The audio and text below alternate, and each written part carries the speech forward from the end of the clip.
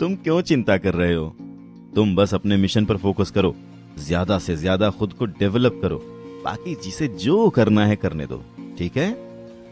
Doctor Khurana ने मुस्कुराते हुए वीर से कहा और उनकी बात सुनकर वीर ने बस हाँ में सिर हिला दिया। डॉक्टर खुराना से कुछ देर और बातचीत करने के बाद वीर एक नए उत्साह से एक नए सफर के लिए टेलीपोर्ट स्टेशन की तरफ निकल जाता है। पिछली बार जब वो टाइटन ग्रह गया था तब उसका मकसद सिर्फ पैसे कमाना था, पर अब उसका मकसद सिर्फ पैसे कमाना ही नहीं बल्कि अपनी खुद की एक अलग पहचान बनाना भी था।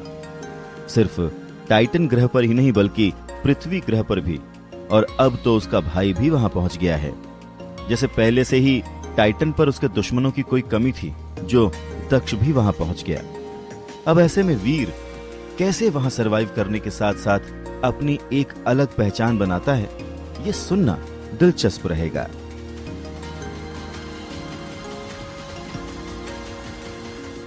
इस बार जब वीर टेलीपोर्ट होकर देव आश्रम में बने अपने कमरे में आया तो उसके अंदर एक नया उत्साह था। पिछली बार के मुकाबले इस बार उसे कोई भी डर या नर्वसनेस नहीं थी। अपने परिवार को तो बेघर होने से वो बचा ही चुका था, इसलिए अब उसका पूरा फोकस फिजिकली डेवलप होकर खुद को और ज्यादा ताकतवर बनाना था।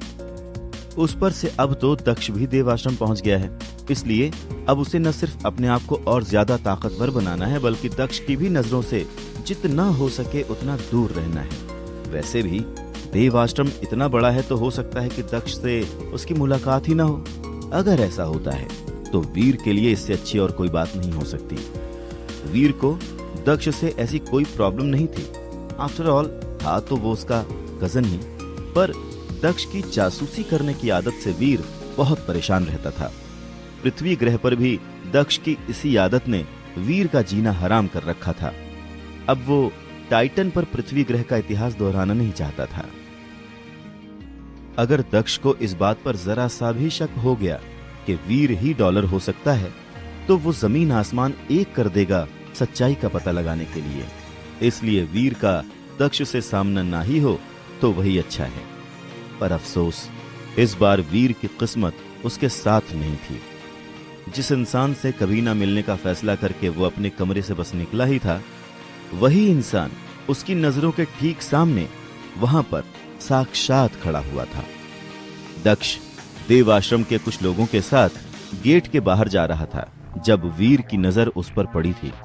दक्ष की नजरों से बचता हुआ वीर तुरंत ही पलटकर दूसरी तरफ जाने लगा, पर शायद तब तक बहुत देर हो चुकी थी।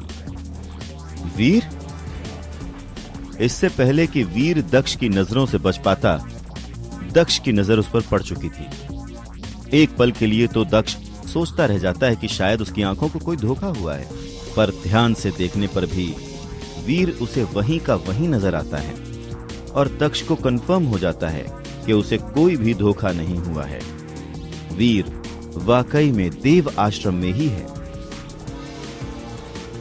पर ये यहाँ कैसे? डैड ने तो बताया था कि ये किसी दूसरे शहर में जॉब कर रहा है, तो क्या इतने दिनों से वीर यहीं पर था? तो फिर इसने सबसे झूठ क्यों बोला? वीर को वहां देखकर दक्ष कंफ्यूज था। ऐसा नहीं था कि उसे वीर से कोई लगाव था, बल्कि अगर उसका बस चलता तो वो तो वीर की शक्ल भी ना देखे। हैरान तो वो बस इसलिए था क्योंकि उसने कभी नहीं सोचा था कि पृथ्वी ग्रह की तरह एक दिन टाइटन पर भी वीर उसके कॉम्पिटिटर के रूप में मिल जाएगा। दक्ष, तुम सनकी को जानते हो क्या? दक्ष के साथी उसे वीर की तरफ ध्यान से देखते हुए पूछते हैं। इतने महीनों में दक्ष वो पहला इंसान था जिसने वीर पर एक सेकंड से ज्यादा नजर डाली थी, और ये उन सभी के लिए बहुत ही ज्यादा अजीब था। सनकी मतलब कि वही लड़का जिससे देव आश्रम में कोई भी बात नहीं करता।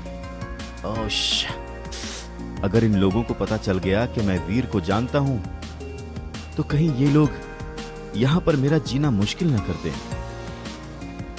देव आश्रम आते ही दक्ष को सनकी उर्फ वीर के कारनामों के बारे में खबर हो गई थी और वो उस इंसान को देखने के लिए बहुत ज्यादा क्यूरियस भी था। पर उसने ये कभी नहीं सोचा था कि जिस इंसान को देखने के लिए वो इतना ज्यादा क्यूरियस था वो उसका अपना भाई ही निकलेगा। के लिए देखें अगला एपिसोड सिर्फ पॉकेट एफएम के यूट्यूब चैनल पर और शुरवीर के सारे एपिसोड्स को सुनने के लिए डिस्क्रिप्शन में दी लिंक से डाउनलोड करें पॉकेट एफएम ऐप।